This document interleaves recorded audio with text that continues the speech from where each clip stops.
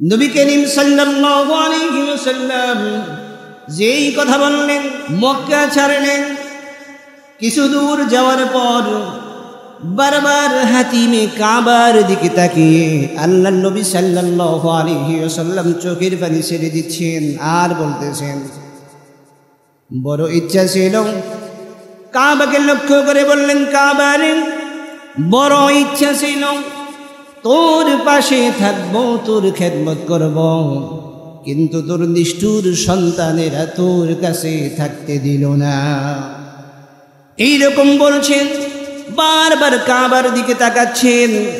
আমার বন্ধুগণ, নবী করিম সাল্লাল্লাহু আলাইহি ওয়াসাল্লামের সাহাবী সাইয়েদনা আবু বকর সিদ্দিক রাদিয়াল্লাহু তাআলা আনহু তিনি ডাক দিয়ে বললেন, ইয়া রাসূলুল্লাহ, ইয়া হাবিবাল্লাহ গো, কেন আপনি বারবার হাতিমে কাবার দিকে তাকান আর চোখের পানিগুলো আপনি ফেলতেছেন? নবী করিম সাল্লাল্লাহু আলাইহি ওয়াসাল্লাম বললেন, আবু বকর রে, আবু বকরের হাত ধরে বললেন, আবু বকর, আমি হাতিমের কাবার চত্বরে বড় হয়েছি, আমি এই কাবার মাটি ধরে খেলা করেছি, আমার শৈশব এবং কৈশোর কাটিয়েছি, কত স্মৃতি কাবার চত্বরে রয়েছে। আমি কোনোদিন ভাবি নাই এই কাবাকে রেখে আমাকে মক্কাতুল মুকাররমা থেকে জন্মভূমি ত্যাগ করে আমাকে মদিনায় হিজরত করতে হবে। এই কথা চিন্তা করে নবী করিম সাল্লাল্লাহু আলাইহি ওয়াসাল্লাম চোখের পানি মুছতেছেন আর হাঁটতেছেন। আল্লাহ পাক সঙ্গে সঙ্গে জিবরাইলকে ডেকে বললেন, জিবরাইল রে, আমার বন্ধু হাবিবুল্লাহ চোখের পানি ছেড়ে দিচ্ছেন, অন্তরের ভেতরে ব্যথা পেয়েছেন, কষ্ট পেয়েছেন। আমার বন্ধু যখন অন্তরের ভেতরে ব্যথা পায়, কষ্ট পায়, তখন আমি আল্লাহ রাব্বুল আলামিন কষ্ট পাই। সুবহানাল্লাহ।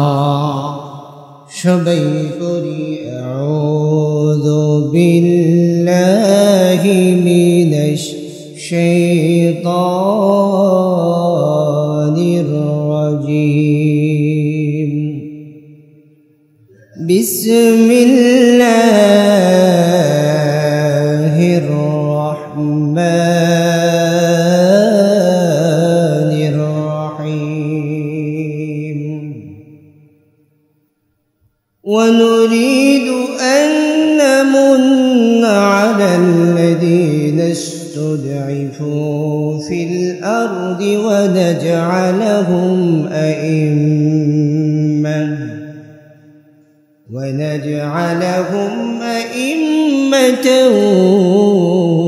ونجعلهم الوارثين. وقال تعالى إن الله وملائكته يصلون على النبي يا أيها الذين آمنوا صلوا عليه وسلموا تسليما. اللهم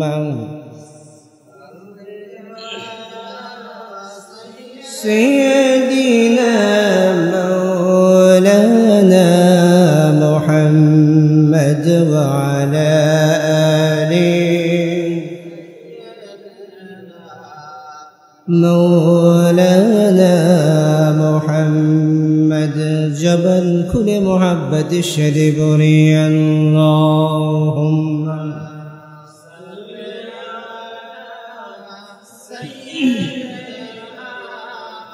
مولانا محمد وعلى آله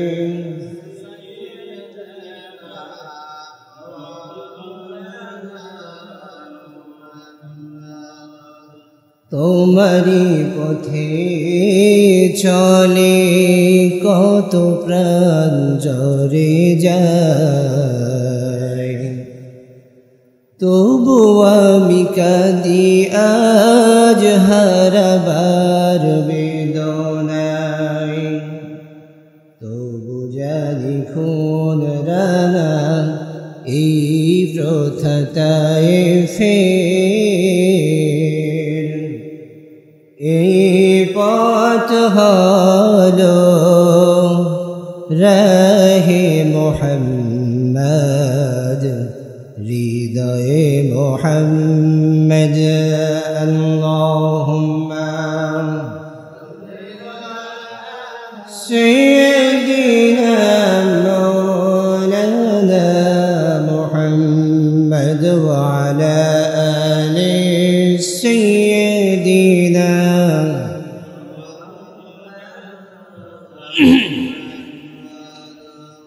আলহামদুলিল্লাহ।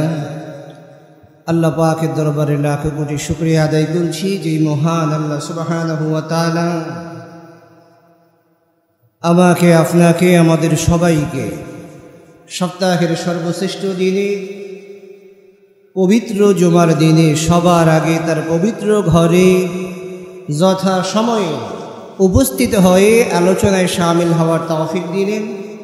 আমরা সেই মহান মনিবের দরবারে সেই মহান মনিবের শেখানো ভাষায় শুকরিয়া আদায় করে মোহাব্বতের সাথে সকলেই পড়ছি আলহামদুলিল্লাহ। সম্মানিত মুসল্লিয়ানে কেরাম, আজকে আমরা ভূমিকে না গিয়ে সরাসরি যে সূরা থেকে আয়াত তিলাওয়াত করেছি, তিলাওয়াতকৃত আয়াতে কারিমার আলোকে আমরা কিছু গুরুত্বপূর্ণ কথা বলার জন্য চেষ্টা করব। আল্লাহ পাক আমাকে বলার, আপনাদেরকে আমলের নিয়তে শ্রবণ করার তৌফিক দান করুন। সবাই বলি আমিন। সম্মানিত সুধী উপস্থিতি, আমরা জানি এই কোরআনুল কারীমের ভেতরে আল্লাহ পাক 114 সূরা নাজিল করলেন, অবতীর্ণ করলেন। আমরা যেই সূরাটিকে তিলাওয়াত করলাম, যেই সূরা থেকে আমরা একটি মাত্র আয়াতে কারিমা তিলাওয়াত করলাম, এই সূরাটি সিরিয়ালের দিক থেকে, সাজানোর দিক থেকে হচ্ছে 28 নম্বর সূরা। আর আমরা জানি নবী করিম সাল্লাল্লাহু আলাইহি ওয়াসাল্লাম মাক্কি জীবনে তিনি যে মক্কায় ছিলেন, মক্কাতুল মুকাররমায়, এই মক্কাতুল মুকাররমায় যখন আল্লাহ পাক যেই সমস্ত আয়াত সূরাগুলো নাজিল করলেন, অবতীর্ণ করলেন, ওই সূরাগুলো হচ্ছে মাক্কি। আর যেগুলো বিশ্বনবী মুহাম্মদুর রাসূলুল্লাহ সাল্লাল্লাহু আলাইহি ওয়াসাল্লামের মাদানী জিন্দেগিতে অবতীর্ণ করলেন, নাজিল করলেন, ওই জাতীয় সূরাগুলোকে বলা হয় মাদানী। তো নবী করিম সাল্লাল্লাহু আলাইহি ওয়াসাল্লাম আমরা জানি জীবনের শেষ সময় পর্যন্ত মক্কাতুল মুকাররমায় থাকতে পারেন নাই, টিকতে পারেন নাই। আল্লাহর হাবিব সাল্লাল্লাহু আলাইহি ওয়াসাল্লামকে মক্কা থেকে কাফের মুশরিকদের অত্যাচার এবং নির্যাতনের অতিষ্ঠ হওয়ার পর আল্লাহ পাকের পক্ষ থেকে যখন সিদ্ধান্ত হলো হিজরতের জন্য, নবী করিম সাল্লাল্লাহু আলাইহি ওয়াসাল্লাম তখন জন্মভূমি ত্যাগ করে মদিনাতুল মুনাওয়ারায় যেতে বাধ্য হয়েছিলেন। জোরে বলেন ঠিক কিনা? তো আমরা যেই সূরা থেকে তিলাওয়াত করলাম, এই সূরাটি হচ্ছে আল্লাহর হাবিব সাল্লাল্লাহু আলাইহি ওয়াসাল্লামের মাক্কি জীবনের সর্বশেষ সূরা। তার মানে আমরা বুঝতে পারলাম আল্লাহর হাবিব সাল্লাল্লাহু আলাইহি ওয়াসাল্লাম যেহেতু মক্কা জীবনে মক্কাতুল মুকাররমায় একেবারে সর্বশেষ দিকে যখন মক্কা থেকে আল্লাহর হাবিব সাল্লাল্লাহু আলাইহি ওয়াসাল্লাম মদিনাতুল মুনাওয়ারায় হিজরত করবেন, ওই সময় আল্লাহ সুবহানাহু ওয়া তাআলা এই সূরাতুল কসস, আল কসস নামে যে সূরা রয়েছে, এই সূরা আল্লাহ পাক নবী করিম সাল্লাল্লাহু আলাইহি ওয়াসাল্লামের কাছে অবতীর্ণ করলেন, নাজিল করলেন। সুবহানাল্লাহ। সম্মানিত মুসল্লিয়ানে কেরাম, সম্মানিত সুধী, একটা বিষয় আমরা যদি খেয়াল করি, লক্ষ্য করি, তাহলে আমরা দেখব এবং বুঝতে আমাদের সুবিধা হবে আমরা যখন যে আয়াতে কারিমা তিলাওয়াত করি কিংবা সূরা তিলাওয়াত করি, এই সূরাগুলোর পেছনে, নাজিলের পেছনে একটা প্রেক্ষাপট থাকে, শানে নুজুল থাকে। তাফসিরের ভাষায় বলা হয় শাবাবে নুজুল। তো এই সূরাটি নাজিলের পেছনেও একটা প্রেক্ষাপট রয়েছে, একটা শানে নুজুল বা শাবাবে নুজুল রয়েছে। হয়তো আমরা অনেকেই এই সূরাটির শানে নুজুল বা শাবাবে নুজুল আমরা জানি না। তো আজকে আমরা জেনে নেব ইনশাআল্লাহ এই সূরাটি কখন নাজিল হয়, কিভাবে নাজিল হলো। সম্মানিত মুসল্লিয়ানে কেরাম, তাহলে আমরা এতক্ষণ পর্যন্ত যেই কথাগুলো বললাম, এই কথাগুলোর ভেতরে আমরা বুঝতে পারলাম, জানতে পারলাম, এই যে সূরাতুল কাসাস, আল কাসাস নামে যে সূরা রয়েছে, আল্লাহ রাব্বুল আলামিন মুহাম্মদুর রাসূলুল্লাহ সাল্লাল্লাহু আলাইহি ওয়াসাল্লামের মক্কার জীবনে সর্বশেষ সূরা যে নাজিল করলেন, অবতীর্ণ করলেন যেই সূরা, ওই সূরাটির নাম হচ্ছে সূরাতুল কাসাস। আমার বন্ধুগণ, তাহলে আমরা ক্লিয়ার হলাম, এই সূরাটি আল্লাহ পাক নাজিল করলেন, অবতীর্ণ করলেন যেই জায়গায়, যেই ভূমিতে, ওই ভূমিটি হচ্ছে মক্কাতুল মুকাররমা। আমার বন্ধুগণ, নবী করিম সাল্লাল্লাহু আলাইহি ওয়াসাল্লাম যখন মক্কা থেকে মদিনায় হিজরত করে চলে যাবেন, রাতের বেলায় নবীজি হাতিমে কাবায় চলে গেলেন। আমার বন্ধুগণ, অনেকের প্রশ্ন হতে পারে, হুজুর হাতিমে কাবা কি?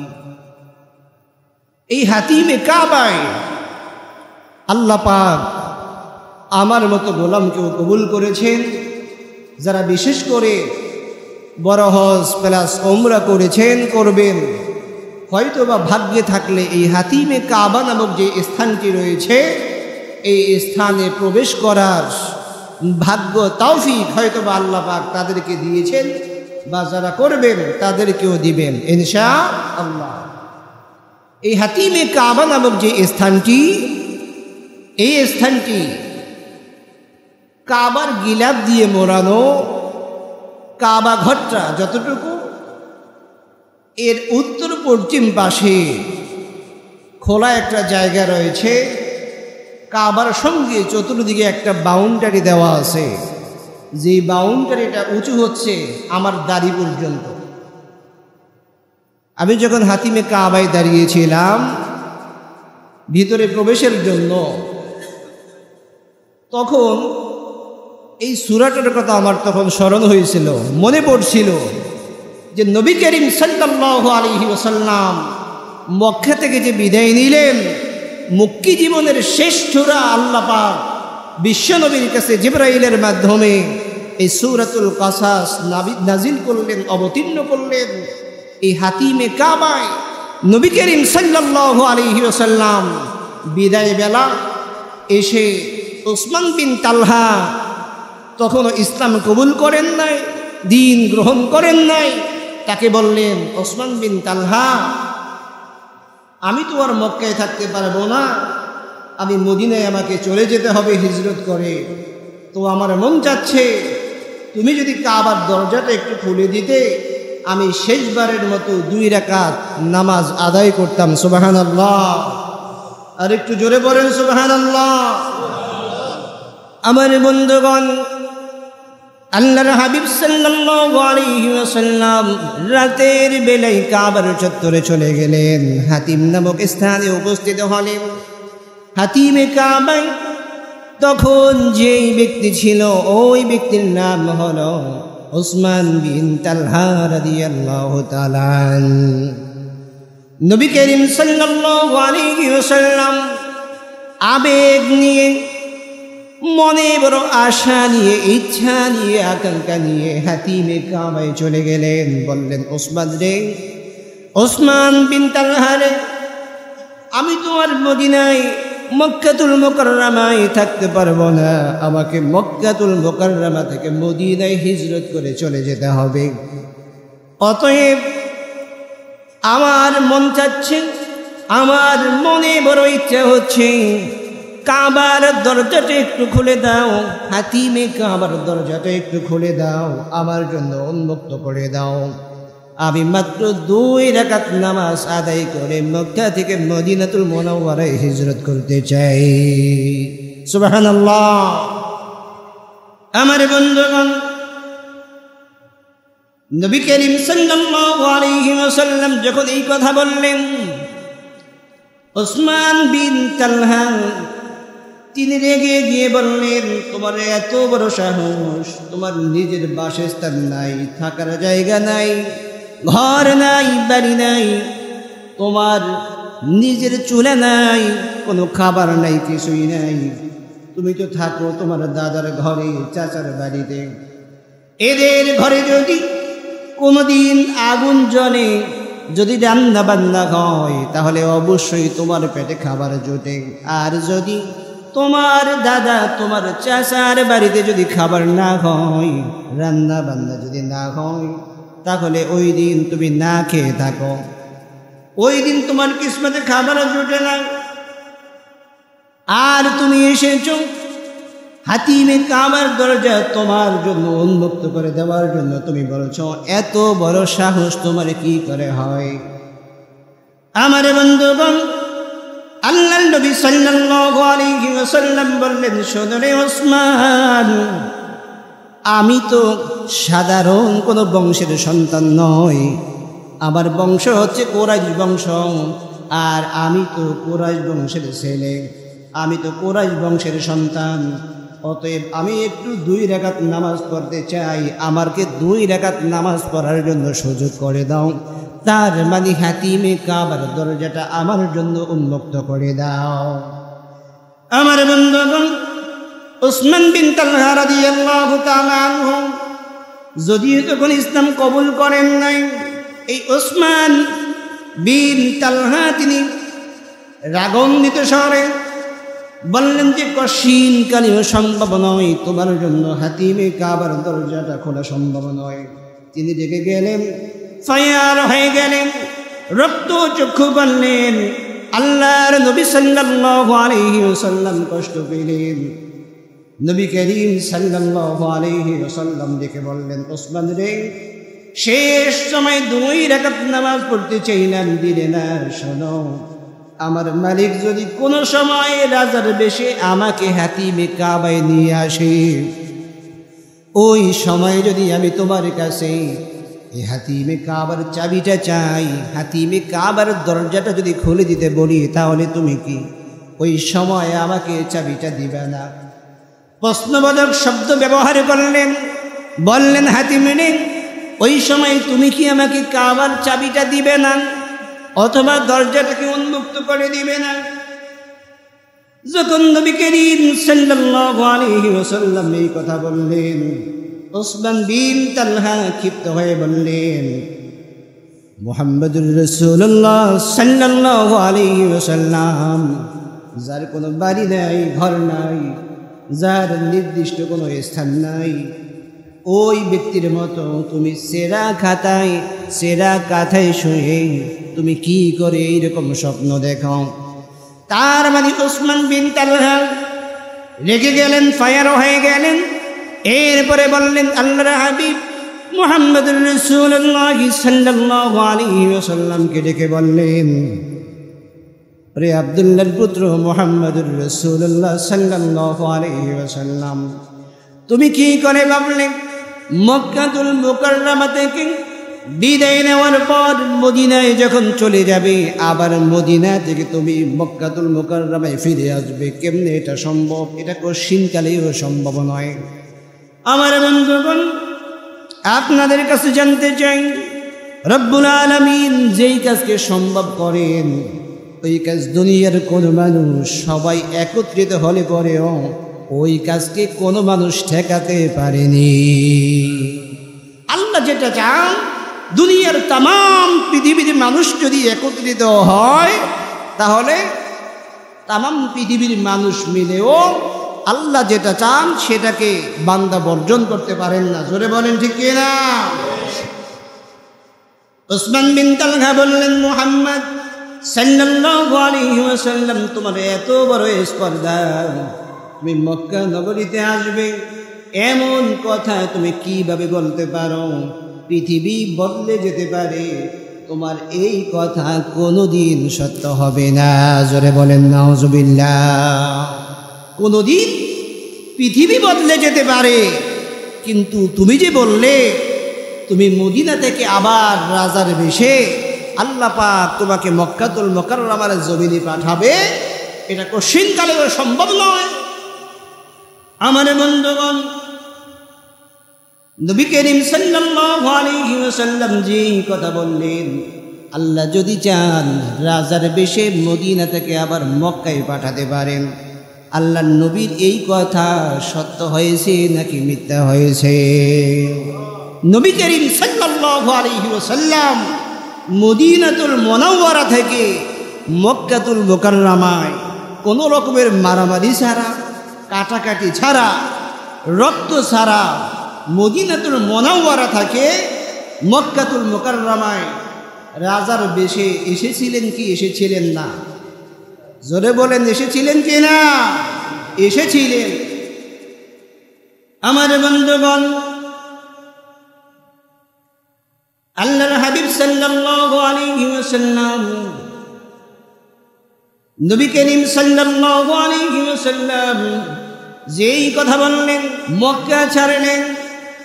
কিছু দূর যাওয়ার পর বারবার হাতিমে কাবার দিকে তাকিয়ে আল্লাহর নবী সাল্লাল্লাহু আলাইহি ওয়াসাল্লাম চোখের পানি ছেড়ে দিচ্ছেন আর বলতেছেন, বড় ইচ্ছা ছিল কাবাকে লক্ষ্য করে বললেন, কাবারে বড় ইচ্ছা ছিল তোর পাশে থাকবো, তোর খেদমত করব, কিন্তু তোর নিষ্ঠুর সন্তানেরা তোর কাছে থাকতে দিল না। এইরকম বলছেন, বারবার কাবার দিকে তাকাচ্ছেন। আমার বন্ধুগণ, নবী করিম সাল্লাল্লাহু আলাইহি ওয়াসাল্লামের সাহাবী সাইয়েদনা আবু বকর সিদ্দিক রাদিয়াল্লাহু তাআলা আনহু, তিনি ডাক দিয়ে বললেন, ইয়া রাসূলুল্লাহ, ইয়া হাবিবাল্লাহ গো, কেন আপনি বারবার হাতিমে কাবার দিকে তাকান আর চোখের পানিগুলো আপনি ফেলতেছেন? নবী করিম সাল্লাল্লাহু আলাইহি ওয়াসাল্লাম বললেন, আবু বকর রে, আবু বকরের হাত ধরে বললেন, আবু বকর, আমি হাতিমের কাবার চত্বরে বড় হয়েছি, আমি এই কাবার মাটি ধরে খেলা করেছি, আমার শৈশব এবং কৈশোর কাটিয়েছি, কত স্মৃতি কাবার চত্বরে রয়েছে। আমি কোনোদিন ভাবি নাই এই কাবাকে রেখে আমাকে মক্কাতুল মুকাররমা থেকে জন্মভূমি ত্যাগ করে আমাকে মদিনায় হিজরত করতে হবে।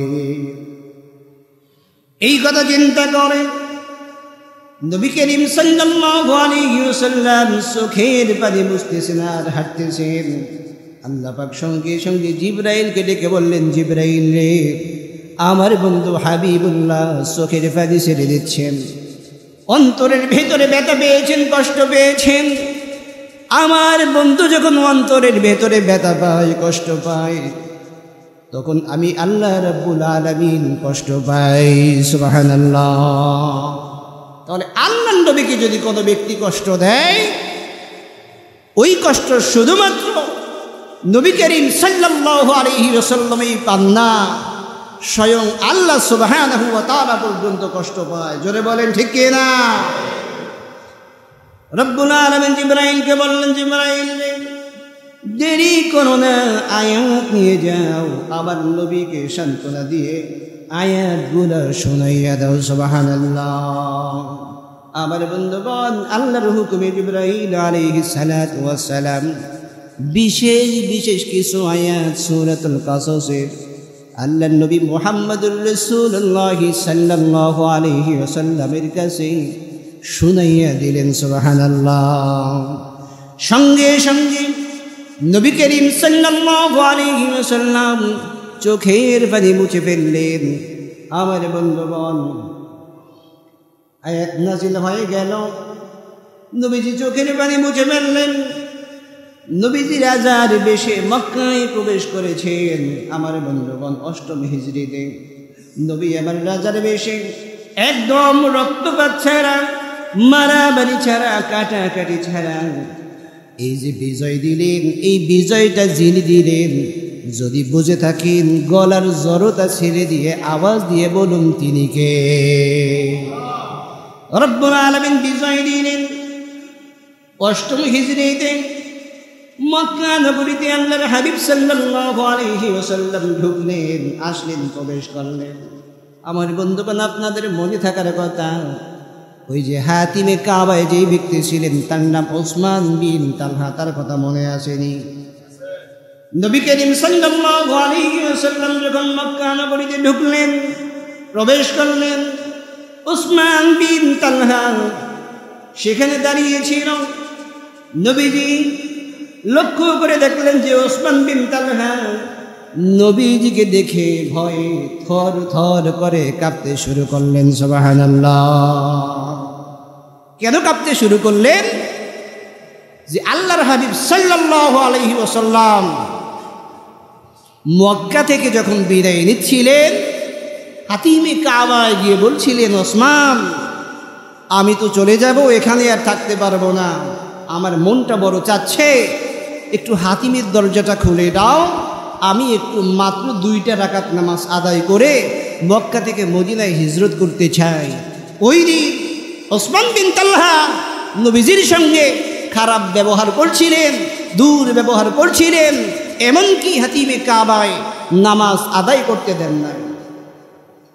এই জন্য আল্লাহর হাবিব যখন হাতিমে কাবায় প্রবেশ করলেন, ঢোকার পরেই দেখেন ওসমান বিন তালহা দাঁড়িয়ে আছে আর থর থর করে কাঁপতেছে। সুবহানাল্লাহ।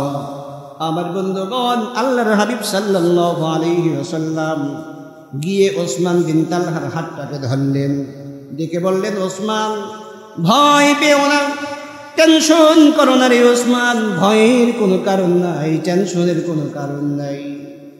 তুমি বলো, আমি কি তোমাকে মাত্র একটা প্রশ্ন করতে পারি কিনা? ওসমান বিন তালহা বললেন, অবশ্যই করতে পারেন, করেন। আমার বন্ধুগণ, আল্লাহর হাবিব সাল্লাল্লাহু আলাইহি ওয়াসাল্লাম বললেন, ওসমান রে, লক্ষ্য করো, তোমার কাছে আমি একদিন চাবি চেয়েছিলাম, তুমি দাওনি, আজকে আমি তোমার সামনে এসেছি, বলো আজকে আমি তোমাকে কি করতে পারি?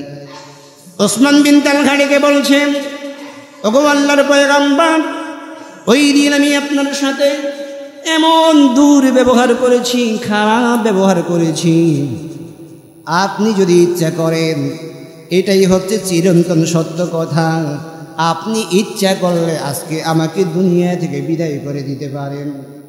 আমার বন্ধুগণ, নবী করিম সাল্লাল্লাহু আলাইহি ওয়াসাল্লাম চোখের পানি ছেড়ে দিয়ে বললেন, ওসমান বিন তালহা শোনো, ভয় পেও না, আজকে আমি তোমার কোনো প্রতিশোধ নিব না, তোমার সাথে খারাপ ব্যবহার করব না, তোমাকে আঘাত করব না, আর আমি শুধুমাত্র তোমাকে আজকে মুক্তি দিব না, আমি নবী মুহাম্মদুর রাসূলুল্লাহ সাল্লাল্লাহু আলাইহি ওয়াসাল্লাম তোমাকে তো মুক্ত করবই, আর আমি নবী মুহাম্মদুর রাসূলুল্লাহ সাল্লাল্লাহু আলাইহি ওয়াসাল্লাম তোমাকে ক্ষমা করে দিলাম। সুবহানাল্লাহ।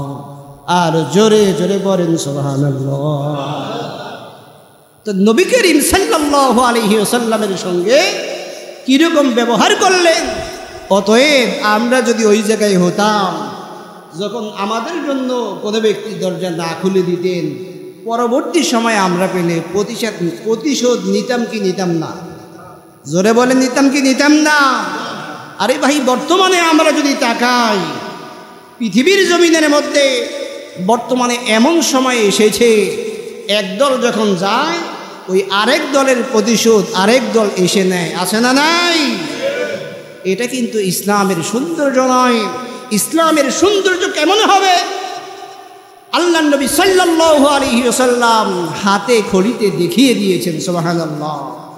নবী করিম সাল্লাল্লাহু আলাইহি ওয়াসাল্লাম বললেন, ওসমান, ভয় পেও না, ভয়ের কোনো কারণ নাই, চিন্তার কোনো কারণ নাই, আমি নবী মুহাম্মদ সাল্লাল্লাহু আলাইহি ওয়াসাল্লাম আজকে তোমাকে শুধুমাত্র মুক্তই করব না, আমি মুহাম্মদুর রাসূলুল্লাহ সাল্লাল্লাহু আলাইহি ওয়াসাল্লাম তোমাকে ক্ষমা করে দিলাম। সুবহানাল্লাহ।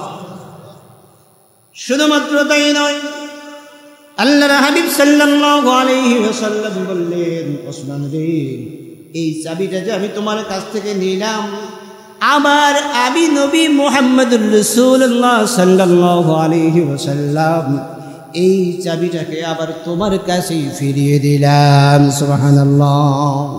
আমরা হলে কি করতাম? ঘাড় ধাক্কা দিয়ে বের করে দিতাম। কি বলেন, ঠিক না? কিন্তু নবী করিম সাল্লাল্লাহু আলাইহি ওয়াসাল্লাম কি করলেন? তার হাত থেকে চাবিটা এনে আবার তার কাছেই বুঝিয়ে দিলেন। সুবহানাল্লাহ। আল্লাহর নবী সাল্লাল্লাহু আলাইহি ওয়াসাল্লাম বললেন, ওসমান রে, আজ থেকে এই মুহূর্ত থেকে এই হাতিমে কাবার দায়িত্ব তুমি যেমন পূর্বে করে এসেছিলে, তুমি শুধুমাত্র তুমি নয়, যতদিন তুমি দুনিয়ায় থাকবে ততদিন পর্যন্ত এই চাবির দায়িত্ব তোমার কাছেই থাকবে। সুবহানাল্লাহ। শুধুমাত্র তাই নয়, জনম জনম পরে তোমার বংশের যত লোক আসবে, তুমি যখন থাকবে না, তোমার বংশের লোকেরা এই দায়িত্ব পালন করবে। সুবহানাল্লাহ। আজ পর্যন্ত কাবার এই যে চাবি, এই দায়িত্ব যারা পালন করছেন তারা হচ্ছেন ওসমান বিন তালহা রাদিয়াল্লাহু তাআলা আনহুর উত্তরসূরি। সুবহানাল্লাহ। আমার বন্ধুগণ, তাহলে এই সূরাটি নবী সাল্লাল্লাহু আলাইহি ওয়াসাল্লামের মাদানী জিন্দেগিতে যাওয়ার আগে মক্কার সর্বশেষ মক্কাতুল মুকাররমায় আল্লাহর হাবিব সাল্লাল্লাহু আলাইহি ওয়াসাল্লামের সর্বশেষ যেই সূরা আল্লাহ পাক নাজিল করলেন, অবতীর্ণ করলেন, ওই সূরাটির নাম হচ্ছে সূরাতুল কাসাস। সুবহানাল্লাহ। আমার বন্ধুগণ, এবার আসুন আমি আপনাদের সামনে সূরাতুল কাসাসের মাত্র 5 নম্বর একটি আয়াত মাত্র তিলাওয়াত করলাম। এই আয়াতে কারিমার মধ্যে আল্লাহ রাব্বুল আলামিন কি বললেন? রব্বুল আলামিন বললেন, وَنُرِيدُ أَن نَّمُنَّ عَلَى الَّذِينَ اسْتُضْعِفُوا فِي الْأَرْضِ وَنَجْعَلَهُمْ أَئِمَّةً وَنَجْعَلَهُمُ الْوَارِثِينَ। রব্বুল আলামিন বলছেন, অত্যাচার আর নির্যাতনের মাধ্যমে, অত্যাচার আর নির্যাতনের মাধ্যমে যাদেরকে দুর্বল করে রাখা হয়েছে, আল্লাহ রাব্বুল আলামিন বলছেন, ওই সমস্ত ব্যক্তি জাতি গোষ্ঠীকে আমি আল্লাহ রাব্বুল আলামিন আমার বিশেষ অনুগ্রহের সিদ্ধান্ত নিয়েছি। সুবহানাল্লাহ।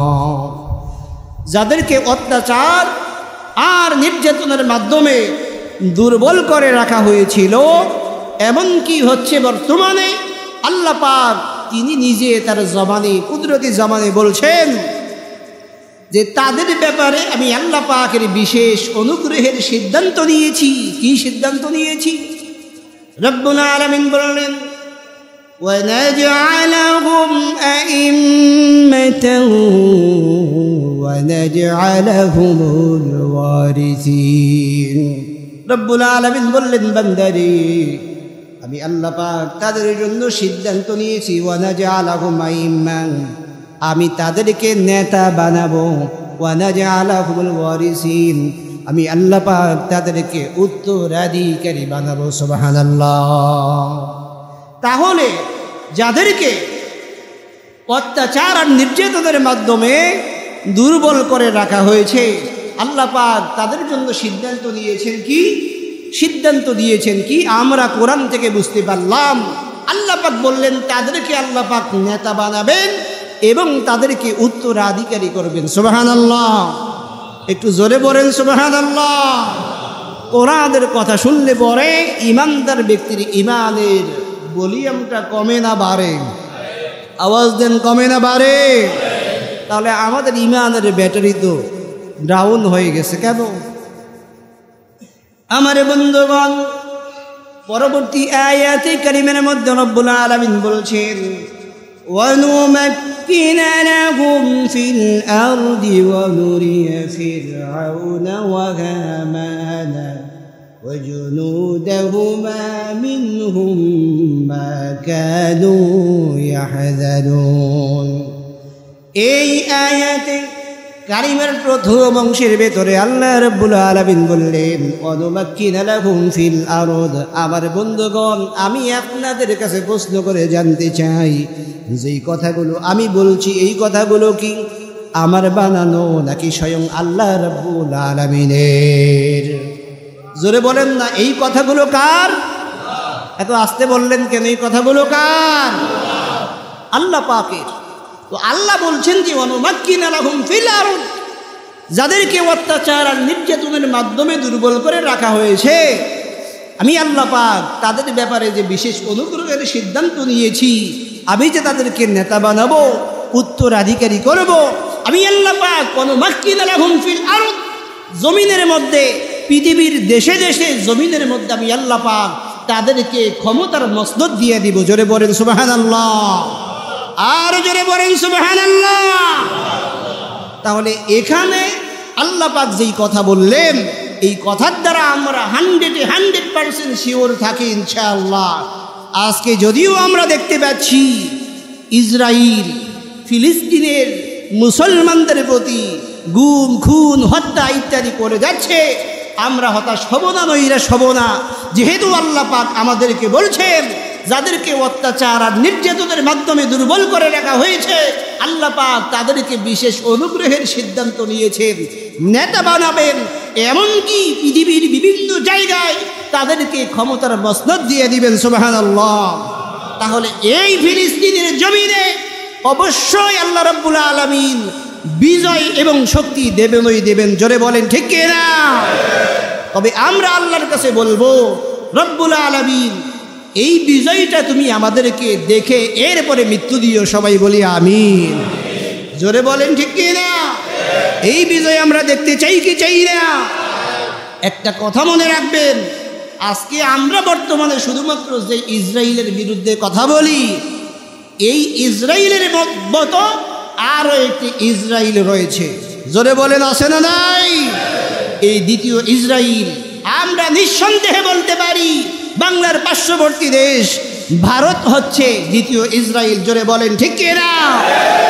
আমরা গতকাল পর্যন্ত দেখেছি 170টি মাদ্রাসা তারা ভেঙে দিয়েছে, বন্ধ করে দিয়েছে, এমনকি 50 বছরের পুরানো মসজিদকে তারা ভেঙে টুকরো টুকরো করে দিয়েছে। জোরে বলেন ঠিক কি না? ওরা, আমরা বলবো না যে ইসরায়েলের নাতিপুতি, আমরা বলবো ওরা হচ্ছে বিশ্বের দরবারে দ্বিতীয় ইসরায়েল নামক ভারত। জোরে বলেন ঠিক কি না?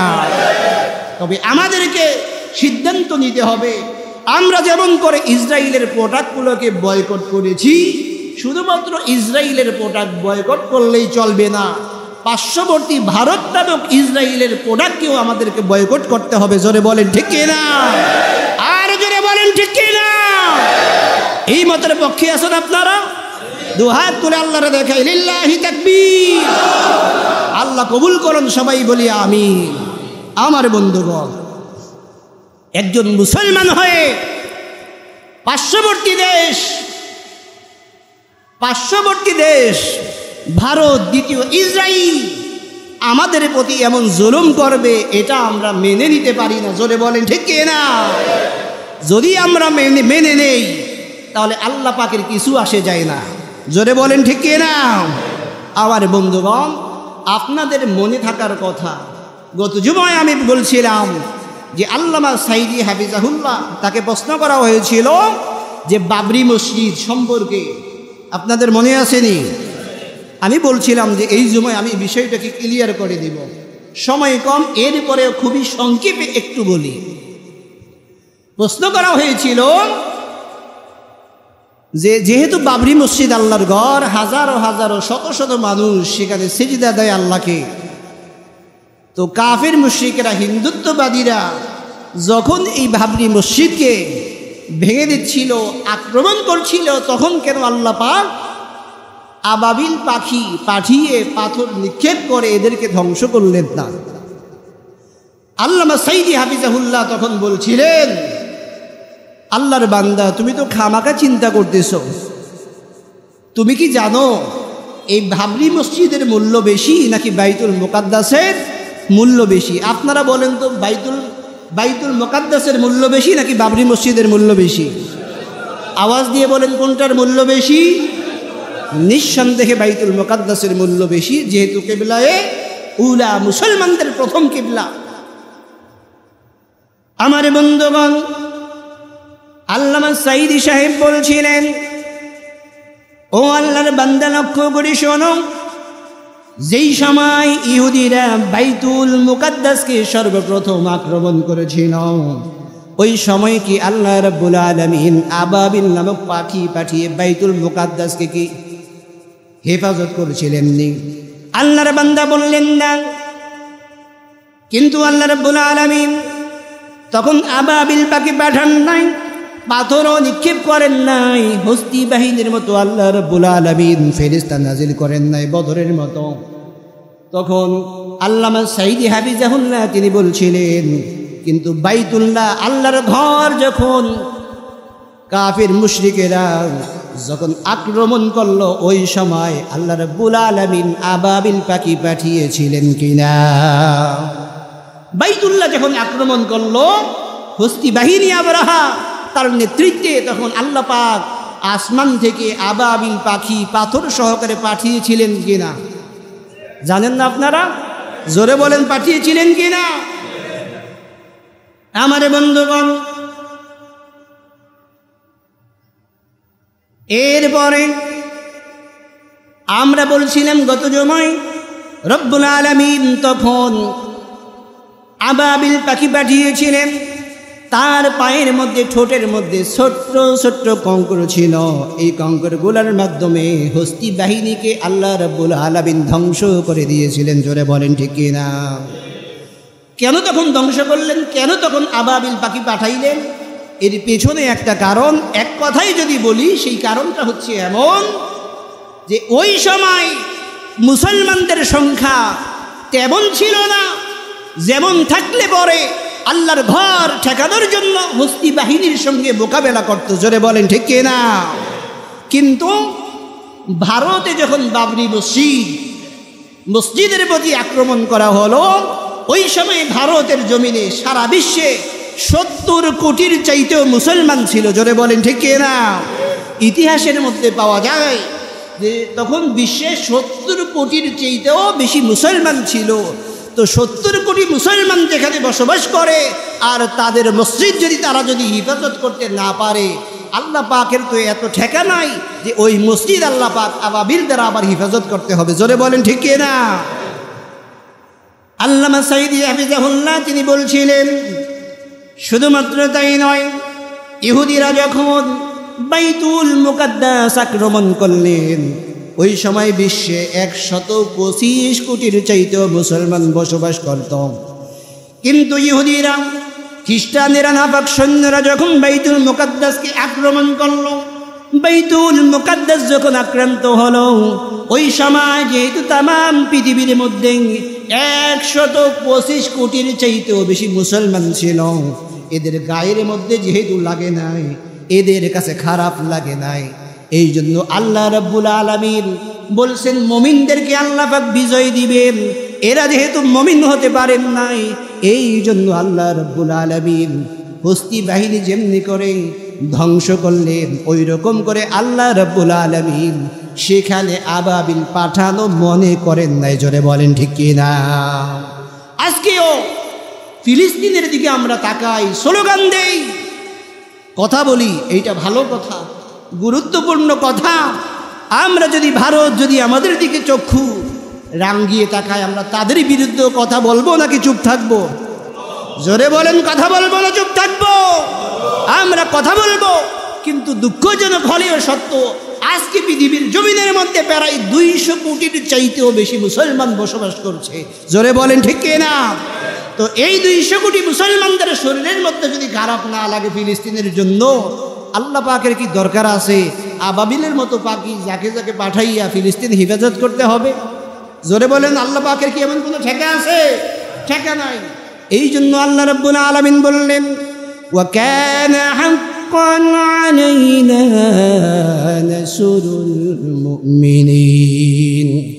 রব্বুল আলামিন বললেন, বান্দারে এই আয়াতের তাফসীরের ভেতরে এসেছে রব্বুল আলামিন বলেন, মুমিন বান্দা যারা, ঈমানদার বান্দা যারা সত্যিকার অর্থে তারা যখন বিপদে পড়ে, মুসিবতের ভেতরে পড়ে, আল্লাহ পাকের জন্য তখন তাদেরকে সাহায্য করা ওয়াজিব হয়ে যায়। সুবহানাল্লাহ।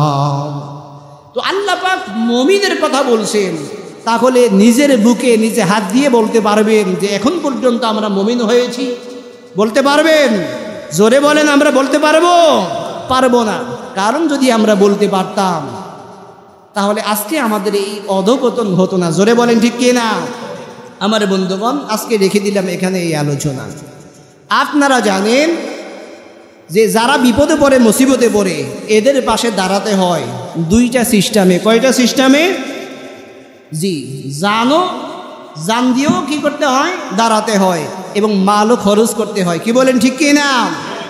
আপনি যখন মাল খরচ করবেন আল্লাহর রাস্তায়, আল্লাহর জন্য, আপনার ভাইয়ের জন্য, তখন আল্লাহ রাব্বুল আলামিন বলে, পানিকে, আগুনকে যেমন পানিয়ে নিভিয়ে দেয়, তখন ওই বান্দায়, যেই বান্দায় দান করলো, খরচ করলো, আমি আল্লাহ রাব্বুল আলামিন, বিশ্বনবী বলছেন, আল্লাহ পাক ওই বান্দার গুনাহগুলোকে এমনি করে মিটিয়ে দেয়। জোরে পড়েন সুবহানাল্লাহ।